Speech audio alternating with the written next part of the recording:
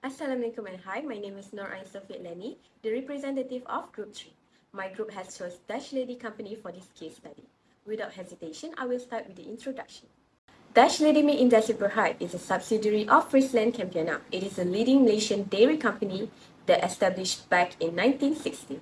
The company produces a variety of dairy products including fresh milk, powdered milk, condensed milk, yogurt and cheese.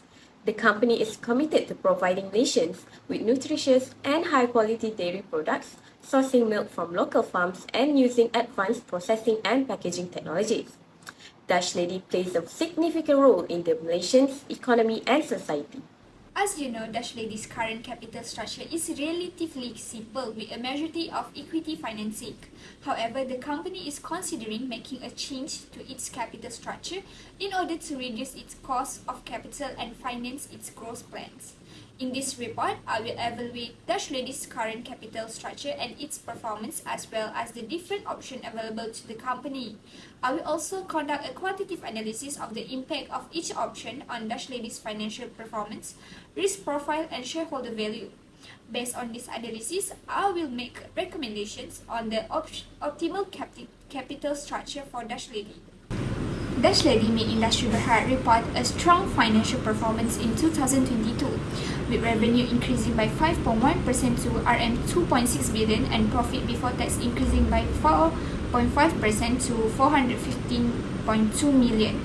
The company's strong performance was driven by increased sales of its fresh meat products, higher price for its powder meat products, and improved operational efficiency. Dash Lady Meat Industri Berhad has a simple capital structure with equity financing and a 35.3% gearing ratio, indicating a healthy balance sheet. The company has a strong track record of profitability and cash flow generation, allowing it to generate sufficient revenue to service its debt obligations. Its low gearing ratio allows for future borrowing flexibility. Moving on to capital structure decision, its factors by first reduce its cost of capital, secondly maximize its shareholders' value, and lastly improve its financial flexibility. By that decision, the advantage Dash Lady can get is strong balance sheet, return more of its earning, and flexibility.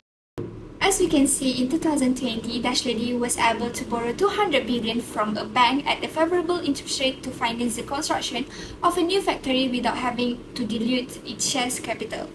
In conclusion, Dash Lady management team will need it to continue to monitor the company's capital structure and make adjustments as needed to ensure that it remains optimal.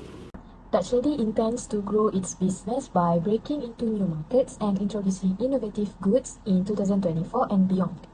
Their objective is to enhance their worldwide reach and cater to the growing need for dairy products. Significant financial resources are needed for product launches and market expansion. Dash Lady will require funding for product development, market research, recruiting new employees, manufacturing sites, distribution systems, and marketing campaigns. To meet company expansion objective, they might also take partnership or acquisitions into consideration. In the present market, Dash Lady's ability to obtain debt finance would be influenced by a number of variables including their creditworthiness, financial standing, and interest rates. If they meet the conditions of the lenders and have a solid financial position, they could be able to obtain debt financing through bonds or loans. For more detailed information, it's usually advisable to speak with experts in finance or look over their financial records. There are many different kinds of debt financing options available in the financial sector. Firstly is bank loans, corporate bonds, commercial paper, credit lines, and these choices enable businesses like Dash Lady to take out loans to finance their expansion and operational goals. The primary method used by Dash Lady Milk Industri Berhad to control seasonal variations in working capital is unsecured short-term borrowing in the form of bank overdraft.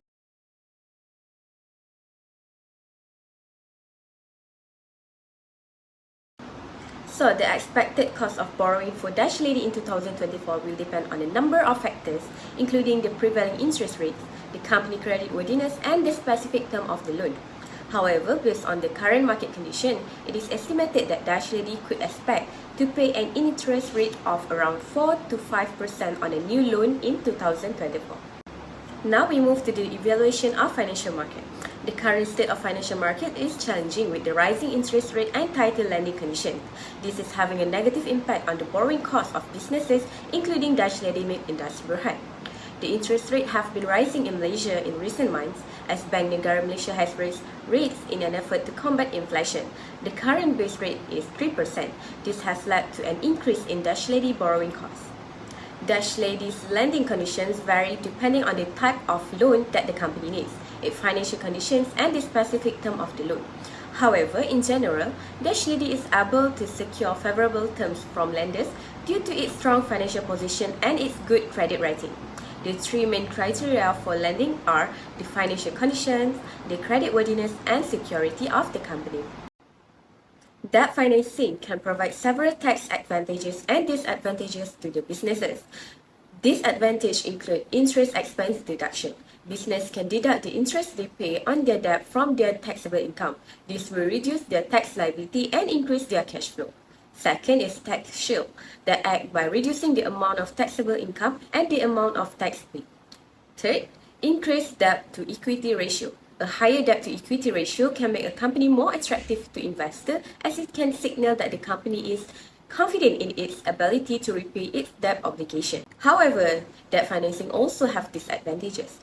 First is taxable interest income that can increase their overall tax liability. Second is covenant restriction that limit a company's ability to take certain actions such as issuing additional debt or making large capital expenditure. And thirdly, increased financial risk. Taking on too much debt can increase a company's financial risk. If the company is unable to repay its debt, it could default on its loan, which lead to bankruptcy. Now I will present about the ratio of the Dash Lady company. First, we go to the debt equity ratio, referring to the 5-year ratio from 2019 to 2023 in the case of Dash Lady company with a debt to equity ratio of 0.12 in 2019 and decreased to 0.04 in 2023. We can see a decrease in the company dependence on debt financing. This is because the company has generated strong profit and maintained earning, which has increased its equity. This will reduce the need to rely on debt. A declining debt to equity ratio is generally considered a positive sign, as it indicates that the company is become less financing risky. Next, we go to the interest coverage ratio. Based on the ICR table from 2019 to 2023, the Dash Lady company ICR has been ascertained for the past 5 years. The highest ICR in 2021, 97.32, show that the company is more able to meet its debt obligation.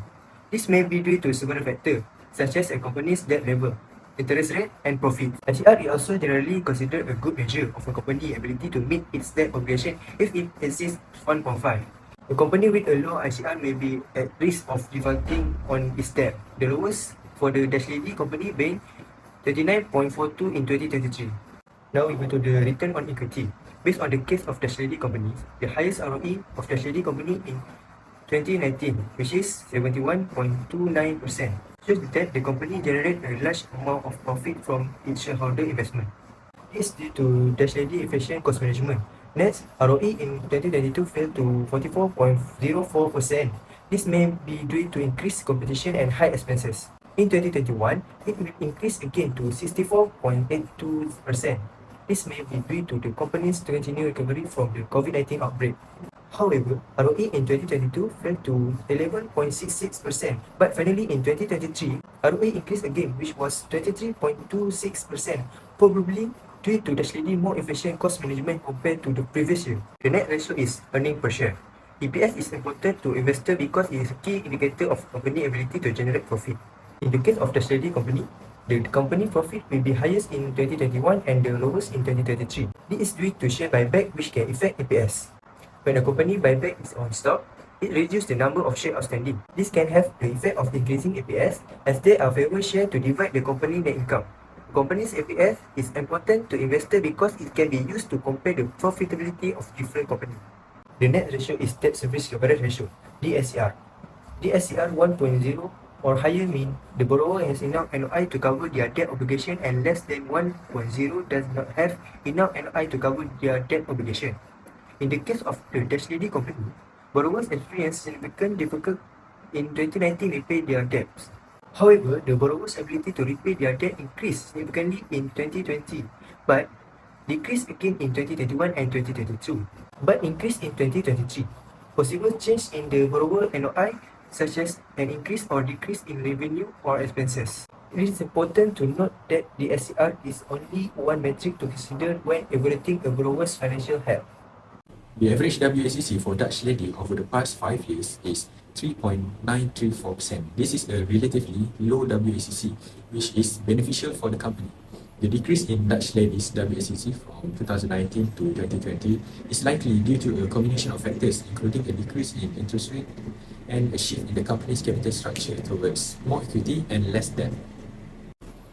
Dutch ladies' WACC has declined from 2.65% in 2019 to 1.91% in 2020, but gained a steady rise to 3.19% in 2021. This was likely due to a combination of factors, including a decrease in interest rates and a shift in the company's capital structure towards more equity and less debt. However, in 2022, Dutch ladies' WACC has increased slightly to 5.51% and set up a new high in 4 years. In 2022, Dutch ladies' WACC increased significantly to 6.41%.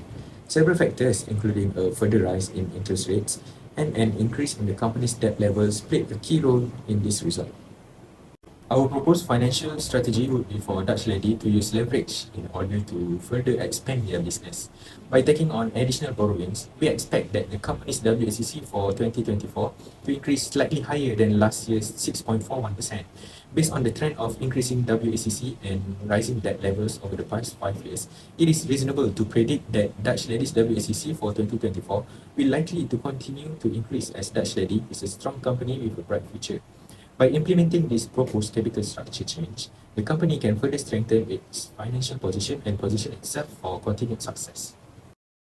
Dutch lady has been shifting its capital structure towards more debt and less equity, and this is also contributing to the increase in the company's WACC, and we will discuss the concerns and expectations from various stakeholders. Main concern for the shareholders will be as the WACC increases, the company's cost of capital also increases. This can lead to a decrease in the company's profitability, which can in turn lead to a decrease in share prices. However, shareholders will expect management to take actions to reduce the WACC, such as reducing debt levels or issuing more equity. They will also expect increased transparency from management regarding the company's financial situation.